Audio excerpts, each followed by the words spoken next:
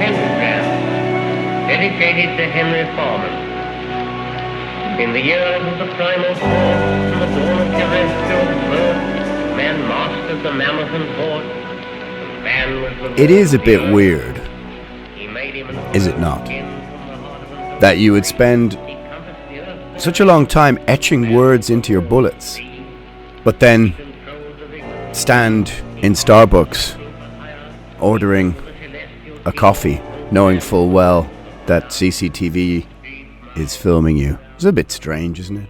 And then do the same in that other shining example of American hegemony called McDonald's and get caught. It's a bit strange, isn't it? But at least we have a manifesto to read. Unlike that guy that shot Trump. What was his name again? Can't remember, can you? I can't remember either. You know, the guy with no social media footprint at all. Anyway, it's Christmas time. So, let's talk about Spotify. That's what I'm here to do this week. That's if you're still with me after those opening sentences. But hey, the podcast is called Agitators Anonymous. What do you want? What do you want? What do you want? Right? This is going to be a discussion about Spotify.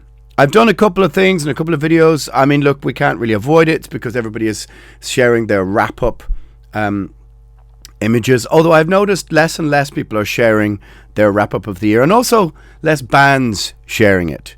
It's just about the attention economy. And it's also, I know I've done a couple of videos before about Spotify and a couple of other podcasts about Spotify, but I got into a bit of a debate, a bit of a ding-dong, a bit of a back and forwards on my Instagram page, which was the most engagement, I think, of any stupid post that I've done about anything over Instagram.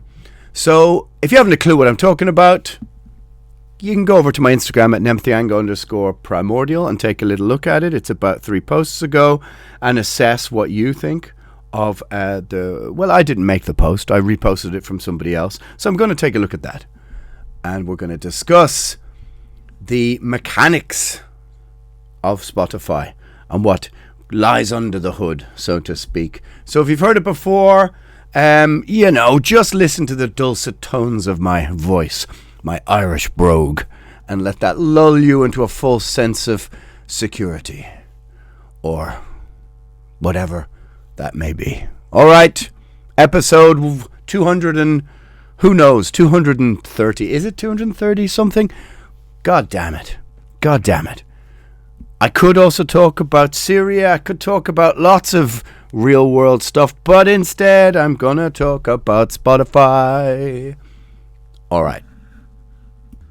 So before we get into the episode, as ever, the podcast is sponsored by Metal Blade Records, the home of Primordial. So you can go to www.metalblade.indiemerch.com, INDIE, metalblade.indiemerch.com, and you can use the code AA2024, and then you type 10% off, and you can get 10% off your order. It is the home of Show No Mercy, Hell Awaits, Cannibal Corpse, Fate's Warning, Merciful Fate, Primordial, tons and tons of bands, Sirith Ungol. The list is endless.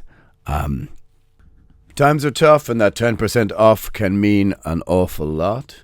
And this is the only metal label that is still independent. Right then. Now, back to the episode. So I'm going to discuss a bit of the maths. The math. Sorry, I keep getting pulled up on that. But a bit about the math about Spotify.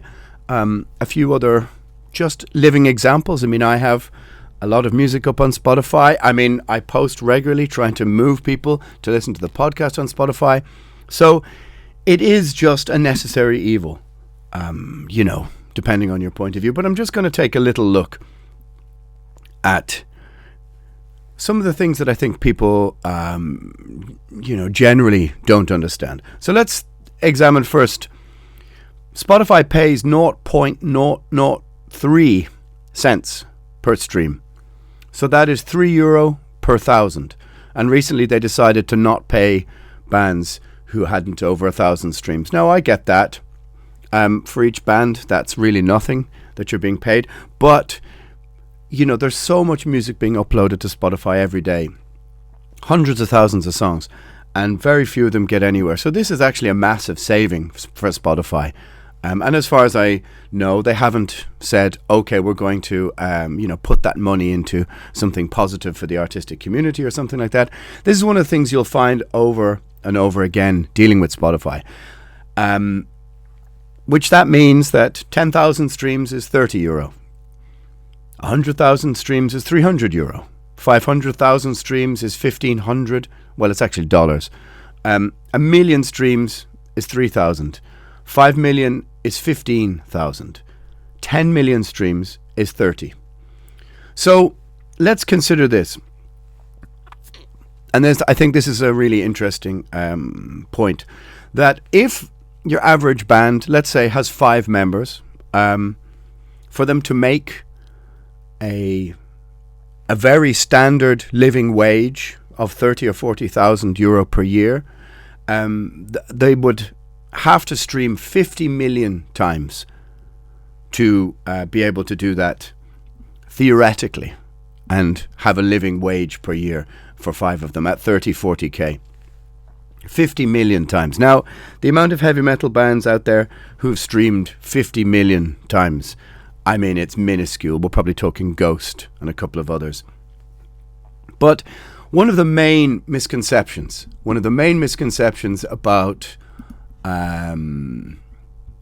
all of this, and I've noticed it for the last 10 years, and it really shows you where people who write about Spotify or who write about music, where their minds are at, because they very rarely ever talk about the band. They say the artist, because music, as I've talked about in the podcast before, has moved into this place where you've probably noticed me talking about it on the podcast, where boomers or which one is like 50 plus, whatever that is, boomers, I think, or is boomers over 60? I don't know. And they go, where are all the bands gone? Now, I'm not going to get into the conversation about emasculation of society in a broader sense, which I think, whoa, blah, blah, blah, blah, blah, nothing like that at all. But what I'm trying to say is that people of a certain generation who write about music, who make podcasts about it, or YouTube videos, or whatever it is, or TikTok reels, they very rarely say the band. Because if you take a look at your average pop festival or your average festival now, it's mainly just names of people. It's, Dua Lipa, Ariana Grande, whoever else, Ed Sheeran. These are names, they aren't bands. And the reason for that is because over the last 10 years, a band has just become too hard to market through social media. Each individual musician is more or less like an influencer. And this is partly the reason why bands just aren't in the mainstream. It's just too difficult to market. And so they've been basically squeezed out. You'll notice this. If you're of a certain age, once upon a time, there was all the indie bands in the 90s. There was, even a boy band or a girl band or whatever you want to say. They're all kind of gone, more or less. Unless you're at a festival which is aimed at your age demographic. But for the most part, you have pop music names of people. So when people write about the artist, I think in their head, they think that it's just one person who just takes all this money, So if you have 500,000 streams, as we established, 500,000 streams is 1,500 euro.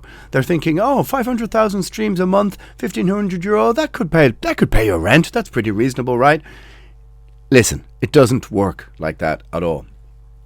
We're here on Agitators Anonymous, which is mainly a podcast about, music and bands, and that's what I am in. That's where I come from. So that's kind of the argument I'm going to come at this from. In that, what Spotify and all streaming platforms pay a band of people is never enough for them to ever make a living from. As a singular artist, well, I'm going to get into the reasons why that's also very difficult. So, first things first, the wrap-up that Spotify has, where hey, we're here to wrap up your year. This is about engagement with the platform. This is about the attention economy. I would say to bands, don't share this, unless you've done amazingly well and you wanted to have a little wee boast. But I've never shared it, as I understand, with Primordial. I share a couple of top fives about the podcast, because the podcast is a little bit different. The podcast, it's not the Primordial podcast. It's the Alan Averill podcast. And so there is a division there. And, growing your podcast on Spotify is kind of essential. I mean, look, realistically, growing your band on Spotify is also essential. But let's consider a couple of things first. So the wrap-up is about holding your attention. It's about you sharing this with other people. And it promotes the platform. It doesn't really promote your band. The first things first to consider is that if you write a song, let's say you're out there listening to me and you're going to write a song, you can't just upload your song to Spotify. It doesn't work like that. You need to go through a third-party uploading platform, whether it's called CD Baby or TuneCore. Now, to upload an album to Spotify, it's going to cost you about $30 or $40 per year, maybe $50 per year, depending on the length, I think. And it's a calculated risk. Don't forget these platforms are actually owned by Spotify as well. So it's a calculated risk that you are paying them to upload your music. And because for you to make back that money, you're going to require a certain amount of streams. And most things will never reach that streaming threshold. So first things first, let's shatter that, not shatter the myth. I mean, that's very hyperbolic sounding, is it not? But that's one of the things you might not realize is like, oh, you have to go through a third party to upload your music. So, the second thing to consider is that bands have contracts with labels. Very rarely do you have a singular artist just uploading music to Spotify that just breaks through. I'm sure that can happen with rap or hip hop or grime or whatever, or small underground bands, but most bands have contracts with labels. Primordial does, most bands do. And so therefore, you can't really object under the terms of the contract. Traditional contracts had all sorts of crazy things about the universal exploitation of your music, so to speak, or if any new platforms were found and engaged with. I remember record contracts from the 1990s and the 2000s I signed before things turned out the way they did, that basically stated we have the right to exploit the recorded copyright of this contract, or whatever you want to say, the recorded version of what you're going to give us on any platform. So people say, yeah, well, it's up to you if you don't want to put your music on it. It's not really, actually. If you have a contract with a label and they pay for your album, which I'm going to get into, then you don't actually have a say whether it goes up there or not. So that's one of the first things to consider. And so, within that contract, when you sign a contract with a label, you get an advance, which is a certain amount of money upfront to record your album. Less and less these days, but you do get an advance. Now, in most contracts now, they will have a digital rate, which is, let's say you take the whole piece of the pie of your digital royalties. You as a band might get a royalty of 20%. 25%. I know some labels give 50%. Now, let's go back to the mathematics that I did earlier, and say you get 100,000 streams worth €300. If your digital rate is 50%, you get 50% of that 300. So that's €150. Now, if you're in a band, that's divided by 5. Perhaps, unless you're just allowing the main songwriter and you're going by publishing methods to take the lion's share. But let's say, as in Primordial, we split things evenly. So it's by 5. So that's €150 by 5. That's €30 for your 100,000 streams. Pre-tax, now you're beginning to see how difficult this is. Your average label, I would say, does a 20-25% digital royalty. So all of the numbers that you're considering take away 75%, which is for the label. Now, when you take, let's say for argument's sake, €10,000 to record your magnum opus, when you take €10,000 as your advance, you have to, in traditional record contract terms, sell 10,001 to make €1. This is the way the record industry was created back in the 50s and the 60s. Yeah, and it was designed. It's an incredible sliding scale percentage that is heavily weighted towards labels. You had to sell, before you broke even, your royalty was being paid to you at roughly €1 or $1 per physical copy. So if you got 10,000, euro to make your record, then you needed to sell 10,001 to make €1 to be in profit. So if you think back, the heyday of physical copy, bands were selling 500,000. Let's say they made their record for 100,000. Then you can begin to do the mathematics. Again, you need to be pretty bloody big to start to make any proper money. The thing about it is, though, is that digital royalties, let's say you're 25%, all of this is recoupable. So unless you have a very specific record contract that states your digital is not part of your recouping, but I think that's very rare these days because CD sales and vinyl sales are way down on what they were 5 to 10 years ago. In the underground, many labels I speak to are talking about, well, how do we exist anymore? Because they all existed as mail orders with physical copy. So if you have to recoup, my maths is a bit, I'm usually scattergunning here, just talking off the top of my head, so I hope you can follow. A pen and paper might be helpful at this stage, but you need to recoup what you receive. So with the money you get as a band from a label is like a loan, and you have to repay that loan. But your digital royalties will be part of that recouping process. So let's, if we look at the math, a million streams is worth €3,000. Let's say you got €5,000 to make your record, or let's just say you got €3,000 to make your record. You don't press any CDs, you don't press any vinyl, so it's all only streaming income. Now, of course, there's streaming income, a very small streaming income from other platforms, Tidal, Deezer, all these kind of things. But it looks like you're going to have to stream a million and a half before you break even. And then you break even, as your percentage of that break even. So it's a couple of million streams at the very least before you break even. The reality is most bands never assume they're going to make anything off their streaming. Every now and again I get, a royalty and it says, I've made €81, €18.70. €102. It's nothing ever to speak of. Now, Primordial, it doesn't play the Spotify game very well. We've made one record in 5 years. And the sad reality is, and it pains me to say this, but the way to build your audience is to release a song or two every 6 to 8 weeks to 3 months. Just, release a song or two. It gets attention. It moves people to the back catalogue. You can, allow people to digest those 1 or 2 songs.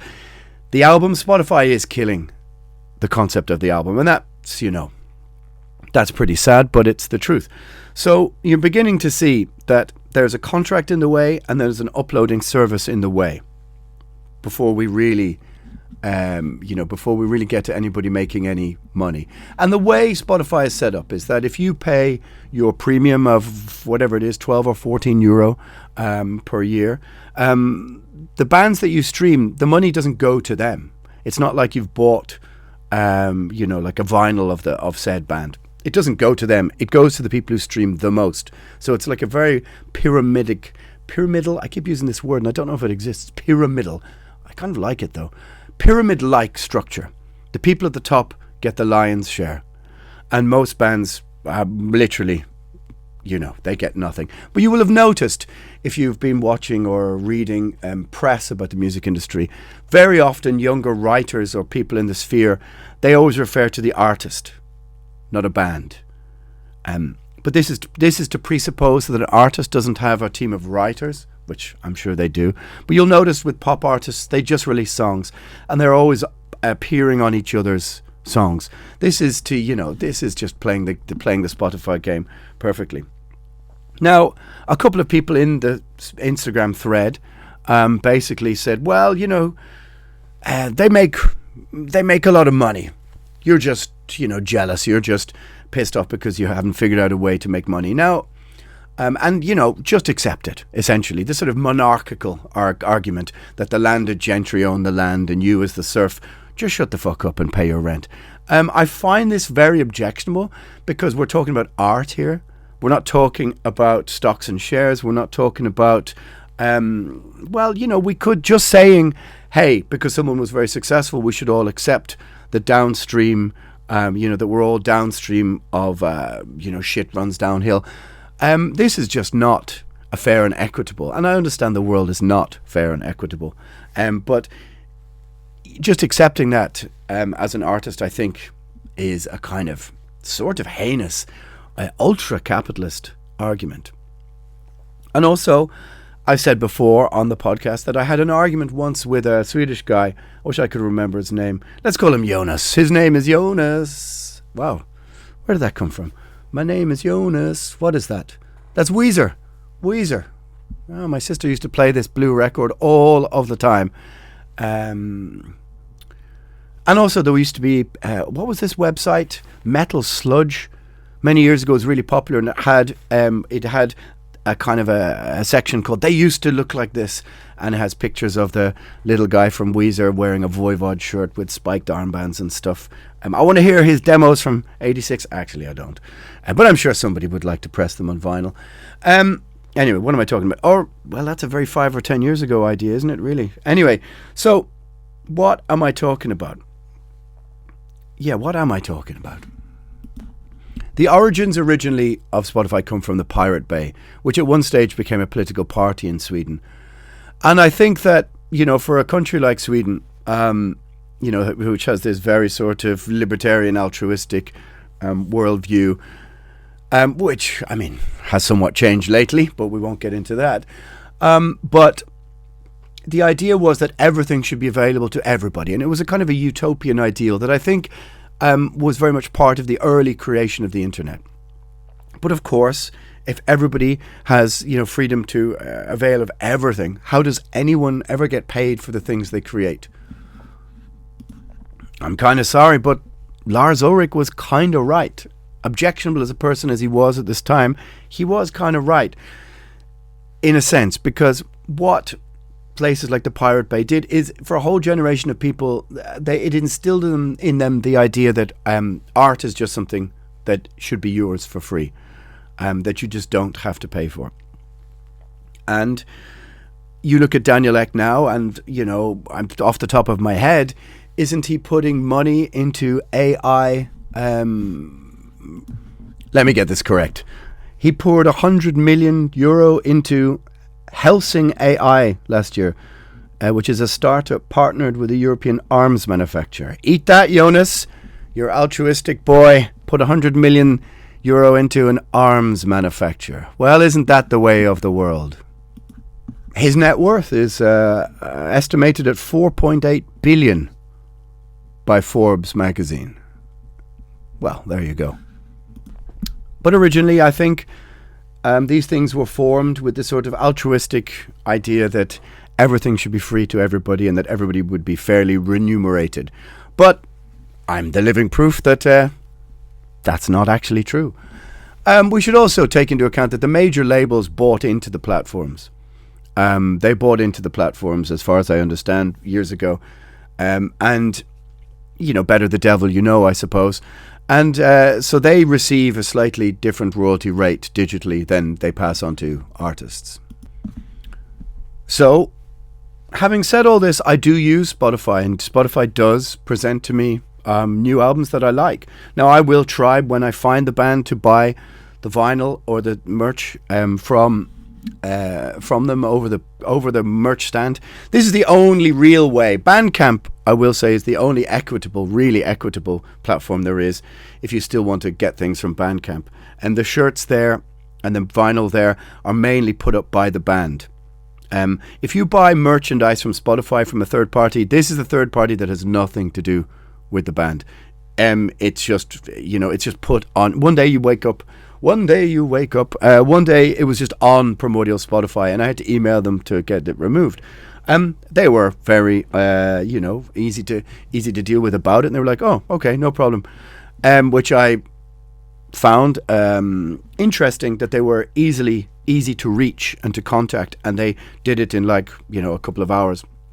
But it still wasn't me who put up that merchandise for Primordial. Now, if Spotify really did wish to be equitable and allow bands some recourse, they would, for example, have the ability for bands to contact their monthly listeners, even through the platform, to advertise merch. So you could actually make some merch sales yourself, but they refuse to do that. They don't do that at all.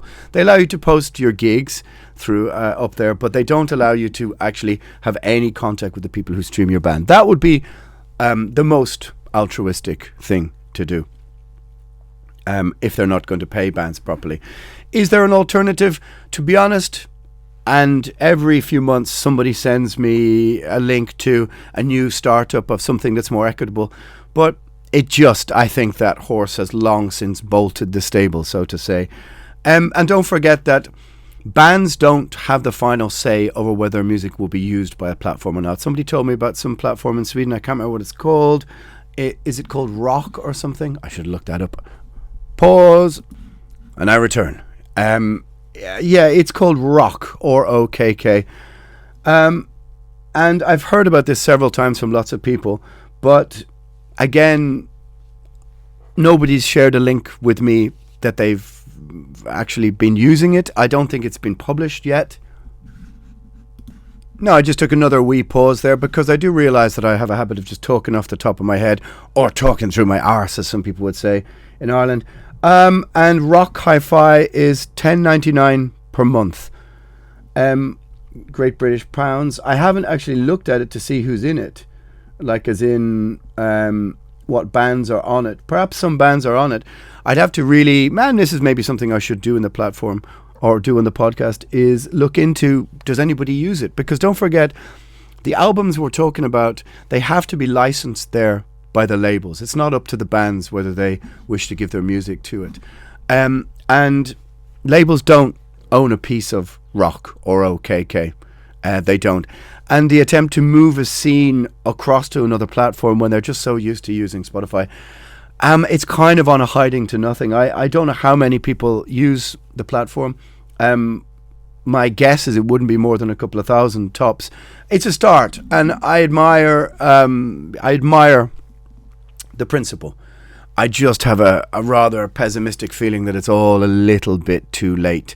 The main thing you can do to support bands is to buy merchandise over the merchandise table at a gig, but make sure first that the venue isn't taking 15, 20, 25, 30% commission, and because that's the band's profit margin. And it sucks to have so many different things to consider before you think that you're actually giving things to your artist, or else buying merch from Bandcamp or from their own website, like I said, not from Spotify, and you probably will give something to a band. But during the lockdown, many people said to me, oh, you've lost your income from gigs. Yeah, okay, oh, can you not make it up with t-shirts?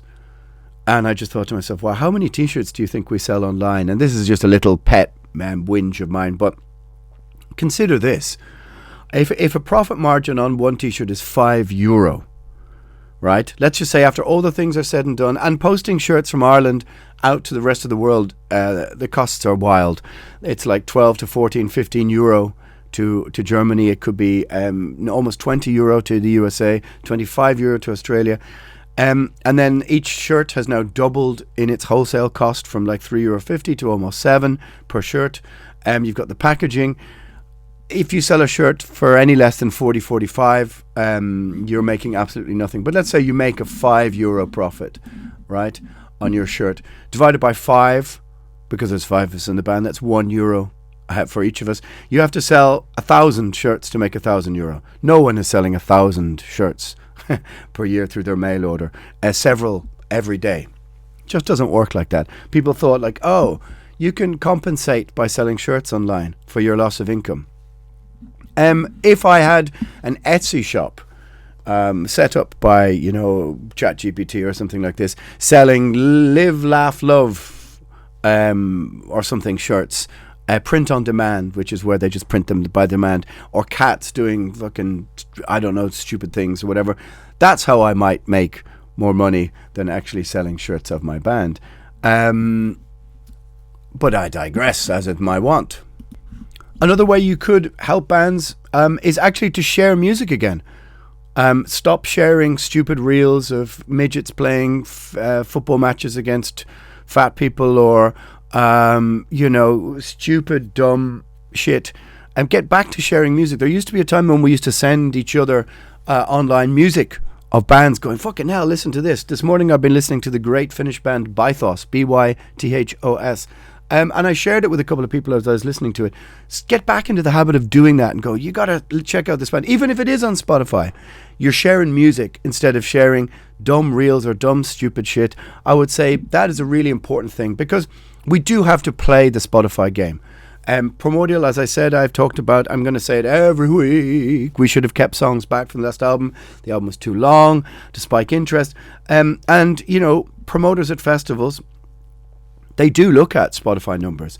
And it's a circular argument in the sense that if you want more chances to play better gigs where you can actually meet fans and meet people at the merch table and, have experiences traveling around this world or playing new places, or actually making a tiny, profit of playing shows or merch or whatever, it does come back around to somebody will look and go, oh, they don't stream very much. Maybe they aren't that popular.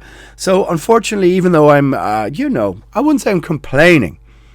I'm observing the mathematics of the situation, and maybe explaining a couple of things that people don't really understand about contracts and about your legal and mathematical obligations to these things. You do need to play the game a bit, or just completely don't play at all. I mean, I get that as well. It does me. I don't feel any particular. It doesn't make me feel particularly good. I mean, what does? But saying that we have to play the Spotify game. But at least if we're going to play the Spotify game, do the bands you love a favor and share the links. Share the music. Used to be 10, 15 years ago, everybody was like, oh my God, have you heard the new whatever album? Not, the overall dumbing down of society by sharing stupid reels. So I would say that can help. Of course, I understand buying tickets and going to shows has become more and more expensive, and beers and everything is more and more expensive. Basically, it's the Live Nation Ticketmasterization of what used to be just something that was for working class people, going to a bar to see a band. This has become a luxury experience, a luxury item. I mean, post-pandemic, post-lockdown, you can feel it was going this way anyway, but so many things were just expedited to become luxury items. The difference between living and surviving, living, I'm not going to call it even living well, but doing social things and going out to a show and going to something. It's all become an experience, that you have to be part of. It's being sold to people as them being the center of the evening's entertainment, and the band is more of a backdrop. So therefore, if the band is more of a backdrop, it has less worth. And round we go. So I would say that if we have to play the game, then let's play the game. Share music of bands that you like and try and get other people, new people, into them. This could be a start. Make sure to buy merch from bands themselves, and it's here to stay.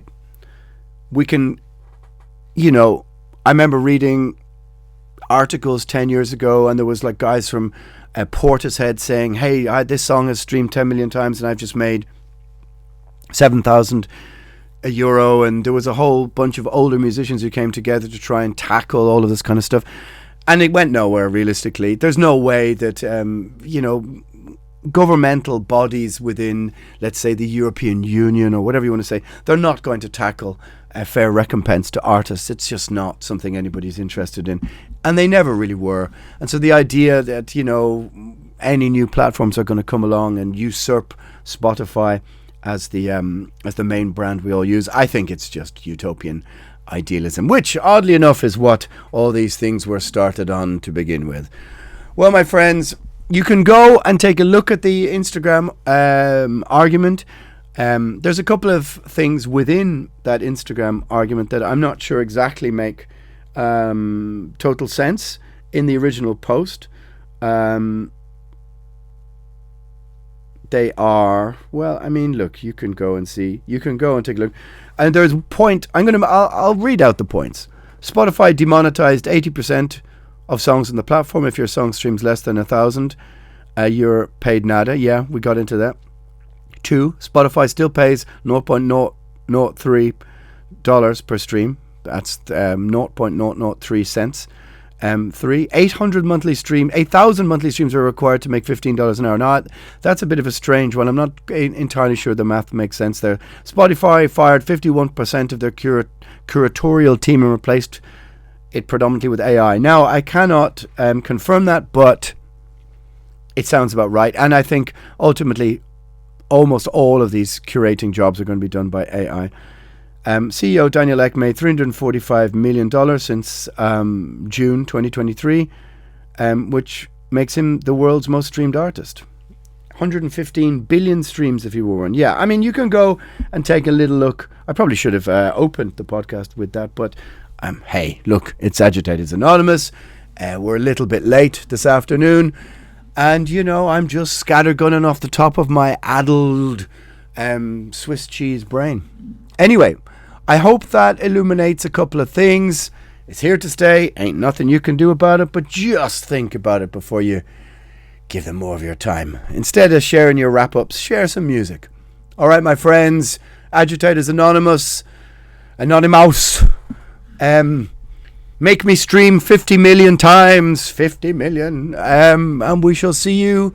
Well, I would advise going over to my YouTube channel because I'm actually making my top 20 albums of the year stream, everything. Everybody's been waiting for that, and a bunch of other things. All right, my friends, I'm Alan Averill, over and out.